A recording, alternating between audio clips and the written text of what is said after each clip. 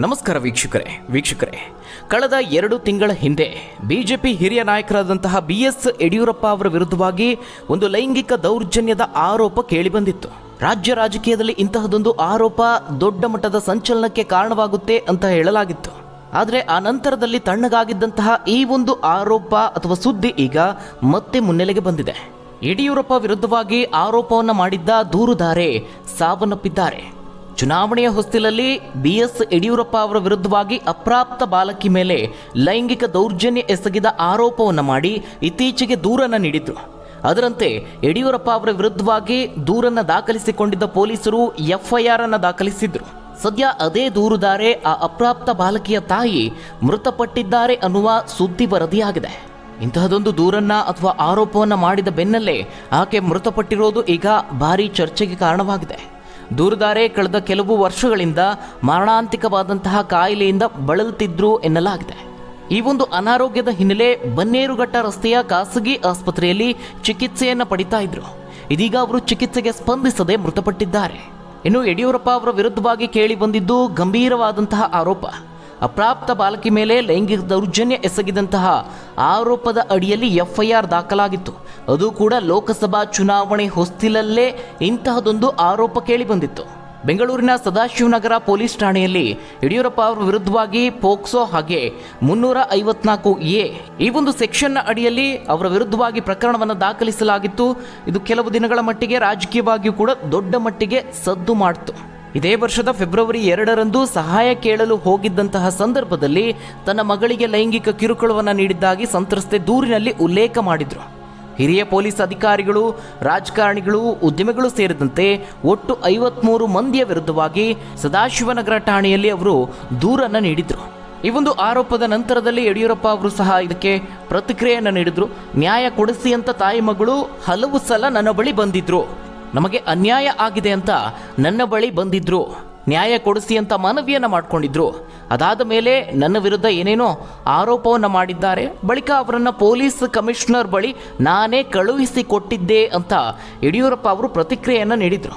ನಂತರದಲ್ಲಿ ಪ್ರಕರಣದ ಕಾವು ತುಸು ತಣ್ಣಗಾಗಿತ್ತು. ಇದೀಗ ಆ ಸಂತ್ರಸ್ತ ಮಹಿಳೆ ಸಾವನ್ನಪ್ಪಿರುವ ಕಾರಣಕ್ಕೆ ಮತ್ತೆ ಸುದ್ದಿಯಾಗಿದೆ. ಅಷ್ಟಕ್ಕೂ ಆ ಮಹಿಳೆಯ ದೂರಿನಲ್ಲಿ ಏನಿತ್ತು ಅನ್ನೋದನ್ನ ಹೇಳ್ತೀನಿ ಕೇಳಿ.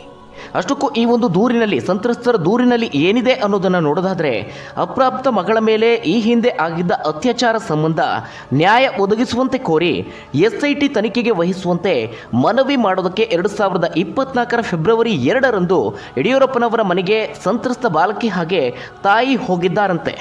ಆ ವೇಳೆ 9 ನಿಮಿಷಗಳ ಕಾಲ ಯಡಿಯೂರಪ್ಪನವರೊಂದಿಗೆ ಮಾತನಾಡಿದ್ರಂತೆ. ಇಬ್ಬರಿಗೂ ಟೀ ಕುಡಿಸಿದ್ರು. ಬಾಲಕಿಯು ಯಡಿಯೂರಪ್ಪನವರನ್ನ ತಾತ ಅಂತ ಕರೀತಿದ್ರು. ಯಡಿಯೂರಪ್ಪ ಬಾಲಕಿಯ ಕೈ ಹಿಡಿದುಕೊಂಡೇ ಮಾತನಾಡ್ತಾ ಇದ್ರು. ಬಾಲಕಿಯ ತಾಯಿ ಮಾಜಿ ಮುಖ್ಯಮಂತ್ರಿಯನ್ನ ಅಪ್ಪಾಜಿ ಅಂತ ಸಂಬೋಧಿಸ್ತಿದ್ರು.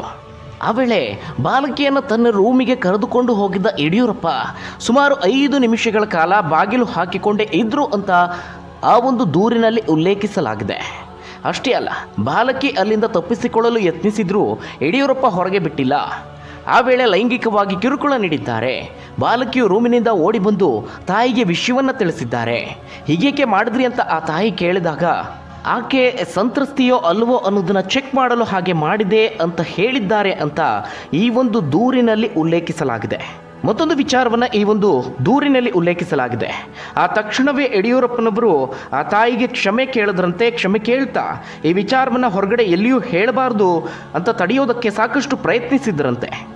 ಆಗಿರುವಂತಹ ಅನ್ಯಾಯಕ್ಕೆ ನ್ಯಾಯ ಕೇಳಲು ಹೋದಾಗ ಲೈಂಗಿಕ ಕಿರುಕುಳ ನೀಡಿರುವ ಯಡಿಯೂರಪ್ಪನವರ ವಿರುದ್ಧವಾಗಿ ಕಾನೂನು ಕ್ರಮ ಜರುಗಿಸಬೇಕು ಅಂತ ಸಂತ್ರಸ್ತ ತಾಯಿ ದೂರಿನಲ್ಲಿ ತಿಳಿಸಿದ್ದಾರೆ. ಇನ್ನು ಸಂತ್ರಸ್ತೆ 17 ವರ್ಷದ ಬಾಲಕಿ ಹಾಗೆ ಆ ಮಹಿಳೆ ಶಿವಮೊಗ್ಗ ಮೂಲದವರು ಅಂತ ತಿಳಿದು ಬಂದಿದೆ. ಈ ಹಿಂದೆಯೂ ಕೆಲವು ಬಾರಿ ತಮ್ಮ ಸಮಸ್ಯೆಗಳನ್ನು ಯಡಿಯೂರಪ್ಪನವರ ಬಳಿ ಹೇಳಿಕೊಂಡಿದ್ರು ಎನ್ನಲಾಗಿದೆ. ಇನ್ನು ಈ ಒಂದು ಪ್ರಕರಣದ ದೂರನ್ನು ದಾಖಲು ಮಾಡೋದಕ್ಕೆ ಆ ಮಹಿಳೆ ಗುರುವಾರ ಸಂಜೆ 6 ಗಂಟೆಯ ವೇಳೆಗೆ ಮಹಿಳೆ ಹಾಗೆ ಆ ಮಹಿಳೆಯ ಮಗಳು ಪೊಲೀಸ್ ಠಾಣೆಗೆ ಹೋಗಿ ಪ್ರಕರಣವನ್ನು ದಾಖಲಿಸಲು ಯತ್ನಿಸಿದ್ದಾರೆ. ಆದರೆ ಪೊಲೀಸರು ತಕ್ಷಣವೇ ದೂರನ್ನು ಸ್ವೀಕರಿಸಲಿಲ್ಲ ಅನ್ನುವಂತಹ ಆರೋಪ ಕೂಡ ಕೇಳಿಬಂದಿದೆ. ಅಂತಿಮವಾಗಿ ತಾಯಿ ಮಗಳು ತಮಗಾದ ಅನ್ಯಾಯಕ್ಕೆ ನ್ಯಾಯ ಸಿಗಬೇಕು ಅಂತ ಪಟ್ಟು ಹಿಡಿದಾಗ ರಾತ್ರಿ 12 ಗಂಟೆಯ ಸುಮಾರಿಗೆ FIR ಅನ್ನು ದಾಖಲು ಮಾಡಲಾಗಿದೆ. ಇನ್ನು ಆ ಸಂತ್ರಸ್ತೆ 17 ವರ್ಷದ ಬಾಲಕಿ. ಪೋಕ್ಸೋ ಸೆಕ್ಷನ್ 8 ಮತ್ತು ಸೆಕ್ಷನ್ 354A ಈ ಸೆಕ್ಷನ್ಗಳ ಅಡಿಯಲ್ಲಿ ಪ್ರಕರಣವನ್ನು ದಾಖಲಿಸಿಕೊಳ್ಳಲಾಗಿದೆ. ಈ ಒಂದು ಪ್ರಕರಣ ಪೋಕ್ಸೋ ಕಾಯ್ದೆಯಡಿಯಲ್ಲಿ ದಾಖಲಾಗಿರೋದ್ರಿಂದ ಆಂಟಿಸಿಪೇಟರಿ ಬೇಲ್ ಸಿಗುವಂತಹ ಅವಕಾಶ ಇಲ್ಲ. ಹೀಗಾಗಿ ಯಡಿಯೂರಪ್ಪನವರು ಬಂಧನದ ಭೀತಿಯನ್ನು ಎದುರಿಸುತ್ತಿದ್ದಾರೆ. ಇನ್ನು ಈಗ ಪ್ರಕರಣ ಏನು ದಾಖಲಾಗಿದೆ ಆ ಸೆಕ್ಷನ್ಗಳ ವಿವರವನ್ನು ನೋಡೋದಾದರೆ, ಪೋಕ್ಸೋ ಕಾಯ್ದೆ ಸೆಕ್ಷನ್ 8ರ ಪ್ರಕಾರವಾಗಿ ಆರೋಪ ಸಾಬೀತಾದಲ್ಲಿ ಕನಿಷ್ಠ 3 ವರ್ಷ, ಕೆಲವೊಮ್ಮೆ 5 ವರ್ಷಗಳವರೆಗೆ ಜೈಲು ಶಿಕ್ಷೆ ಆಗಬಹುದು, ಜೊತೆಗೆ ದಂಡವನ್ನೂ ವಿಧಿಸಬಹುದು. ಜೊತೆಗೆ IPC ಸೆಕ್ಷನ್ 354A ಲೈಂಗಿಕ ಕಿರುಕುಳಕ್ಕೆ ಶಿಕ್ಷೆಯನ್ನು ವಿಧಿಸುವಂತಹ ಸೆಕ್ಷನ್ ಆಗಿದೆ. ಇಷ್ಟವಿಲ್ಲದಿದ್ದರೂ ಲೈಂಗಿಕ ಅಭಿವ್ಯಕ್ತಿಯನ್ನು ಮಾಡೋದು, ಲೈಂಗಿಕ ಅನುಕೂಲಕ್ಕಾಗಿ ಬೇಡಿಕೆ ಅಥವಾ ವಿನಂತಿಯನ್ನು ಮಾಡೋದು, ಮಹಿಳೆಯ ಇಚ್ಛೆಗೆ ವಿರುದ್ಧವಾಗಿ ಅಶ್ಲೀಲವಾದದ್ದನ್ನು ತೋರಿಸೋದು ಶಿಕ್ಷಾರ್ಹ ಅಪರಾಧ ಅಂತ ಹೇಳಿ ಈ ಒಂದು ಸೆಕ್ಷನ್ ಹೇಳುತ್ತೆ. ಮತ್ತೊಂದು ವಿಚಾರ ಅಂದರೆ, ಯಡಿಯೂರಪ್ಪನ ವಿರುದ್ಧವಾಗಿ ಈ ಒಂದು ಪ್ರಕರಣ ದಾಖಲಿಸಿರುವಂತಹ ಶಿವಮೊಗ್ಗ ಜಿಲ್ಲೆ ಮೂಲದ ಈ ಮಹಿಳೆ ಹಿರಿಯ ಪೊಲೀಸ್ ಅಧಿಕಾರಿಗಳು, ರಾಜಕಾರಣಿಗಳು, ಉದ್ಯಮಿಗಳು ಸೇರಿದಂತೆ ಒಟ್ಟು 53 ಮಂದಿ ವಿರುದ್ಧ ಸಂತ್ರಸ್ತೆ ಬಾಲಕಿ ತಾಯಿ ಸದಾಶಿವನಗರ ಠಾಣೆಗೆ ದೂರನ್ನು ನೀಡಿದ್ದಾರೆ. ತಮಗೆ ಆದಂತಹ ಅನ್ಯಾಯದ ಬಗ್ಗೆ ದೂರನ್ನು ದಾಖಲು ಮಾಡೋದಕ್ಕೆ ಸಾಕಷ್ಟು ನಾಯಕರನ್ನು ಭೇಟಿ ಮಾಡಿದ್ರಂತೆ. ಅಂತಿಮವಾಗಿ ಗೃಹ ಸಚಿವರನ್ನು ಭೇಟಿ ಮಾಡಿ ಅವರ ಸಲಹೆಯಂತೆ ಸದಾಶಿವನಗರ ಠಾಣೆಗೆ ದೂರು ನೀಡಿದ್ದಾರೆ ಅನ್ನುವ ಮಾಹಿತಿ ಇದೆ. ಸದ್ಯ ಈ ಒಂದು ಪ್ರಕರಣ ದೊಡ್ಡ ಮಟ್ಟದಲ್ಲಿ ಸುದ್ದಿ ಆಗ್ತಾ ಇದೆ. ರಾಜಕೀಯವಾಗಿಯೂ ಬೇರೆ ಬೇರೆ ಸ್ವರೂಪವನ್ನು ಪಡೆದುಕೊಳ್ತಾ ಇದೆ. ಲೋಕಸಭಾ ಚುನಾವಣೆ ಸಮೀಪಿಸುತ್ತಿರುವಂತಹ ಹಿನ್ನೆಲೆ ಬಿಜೆಪಿಯಲ್ಲಿ ಬಿರುಸಿನ ಚಟುವಟಿಕೆ ನಡೀತಾ ಇದೆ. ಅಭ್ಯರ್ಥಿಗಳ ಆಯ್ಕೆ ವಿಚಾರವಾಗಿ ಓಡಾಟ ನಡೆಸುತ್ತಿರುವಂತಹ ಯಡಿಯೂರಪ್ಪನವರು ಚುನಾವಣಾ ಪ್ರಚಾರಕ್ಕೆ ಅಣಿಯಾಗ್ತಿದ್ದಾರೆ. ಈ ನಡುವೆ ಈ ಒಂದು ಪೋಕ್ಸೋ ಪ್ರಕರಣ ದಾಖಲಾಗಿರುವುದು ಅವರಿಗೆ ಸಂಕಷ್ಟಕ್ಕೆ ಸಿಲುಕಿದಂತಾಗಿದೆ. ಬಂಧನದ ಭೀತಿಯೂ ಎದುರಾಗಿದೆ.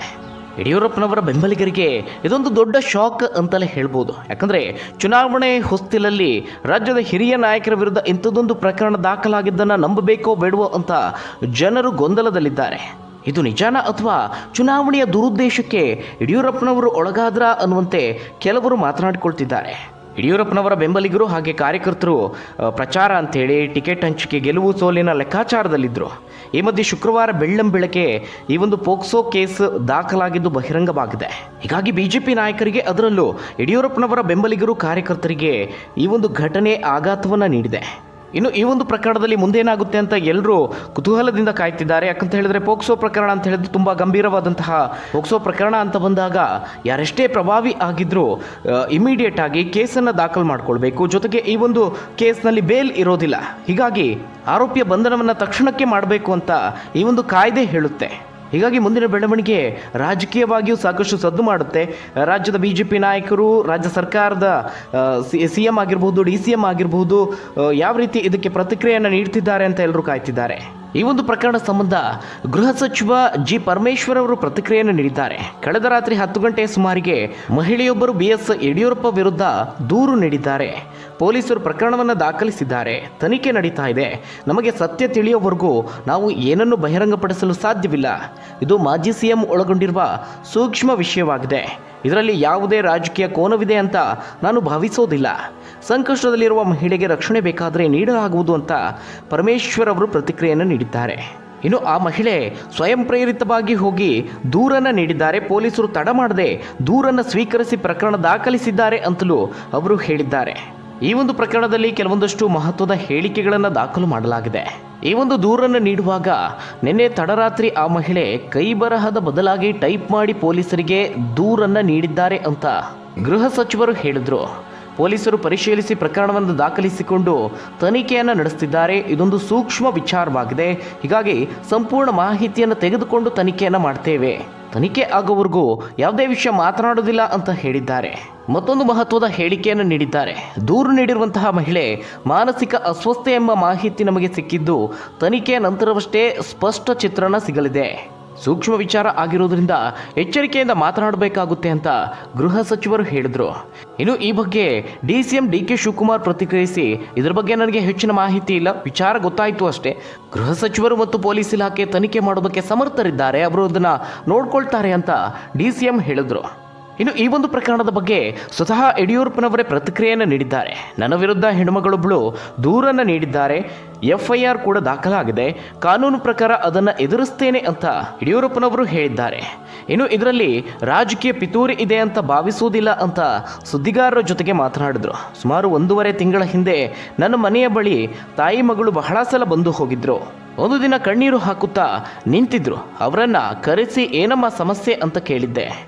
ತಮಗೆ ಅನ್ಯಾಯ ಆಗಿದೆ ಅಂತ ಹೇಳಿಕೊಂಡ್ರು. ತಕ್ಷಣವೇ ಪೊಲೀಸ್ ಕಮಿಷನರ್ ದಯಾನಂದ್ ಅವರಿಗೆ ಕರೆ ಮಾಡಿ ಈ ವಿಚಾರವನ್ನು ತಿಳಿಸಿ ಅವರ ಬಳಿ ಕಳಿಸಿದೆ. ಆದರೆ ಅವರು ನನ್ನ ಬಗ್ಗೆ ಏನೇನೋ ಹೇಳಲು ಶುರು ಮಾಡಿದ್ರು ಅಂತ ಯಡಿಯೂರಪ್ಪನವರು ಹೇಳಿದ್ದಾರೆ. ಈಗ ಬೇರೆ ರೀತಿಯಲ್ಲಿ ನನ್ನ ವಿರುದ್ಧ ದೂರು ದಾಖಲು ಮಾಡಿದ್ದಾರೆ. ಕಷ್ಟ ಅಂತ ಹೇಳಿಕೊಂಡಾಗ ಹಣವನ್ನೂ ಕೊಟ್ಟು ಕಳಿಸಿದ್ದೆ. ಉಪಕಾರ ಮಾಡಲು ಹೋಗಿ ಏನೋ ಆಯಿತು, ಇದನ್ನು ನಿರೀಕ್ಷೆ ಮಾಡಿರಲಿಲ್ಲ. ಕಾನೂನು ಪ್ರಕಾರವೇ ಎಲ್ಲವನ್ನ ಎದುರಿಸ್ತೇನೆ ಅಂತ ಯಡಿಯೂರಪ್ಪನವರು ಹೇಳಿದ್ದಾರೆ. ಒಟ್ಟಾರೆಯಾಗಿ ಈ ಒಂದು ಪ್ರಕರಣ ರಾಜ್ಯ ರಾಜಕೀಯದಲ್ಲಿ ಸಂಚಲನವನ್ನೇ ಮೂಡಿಸಿದೆ.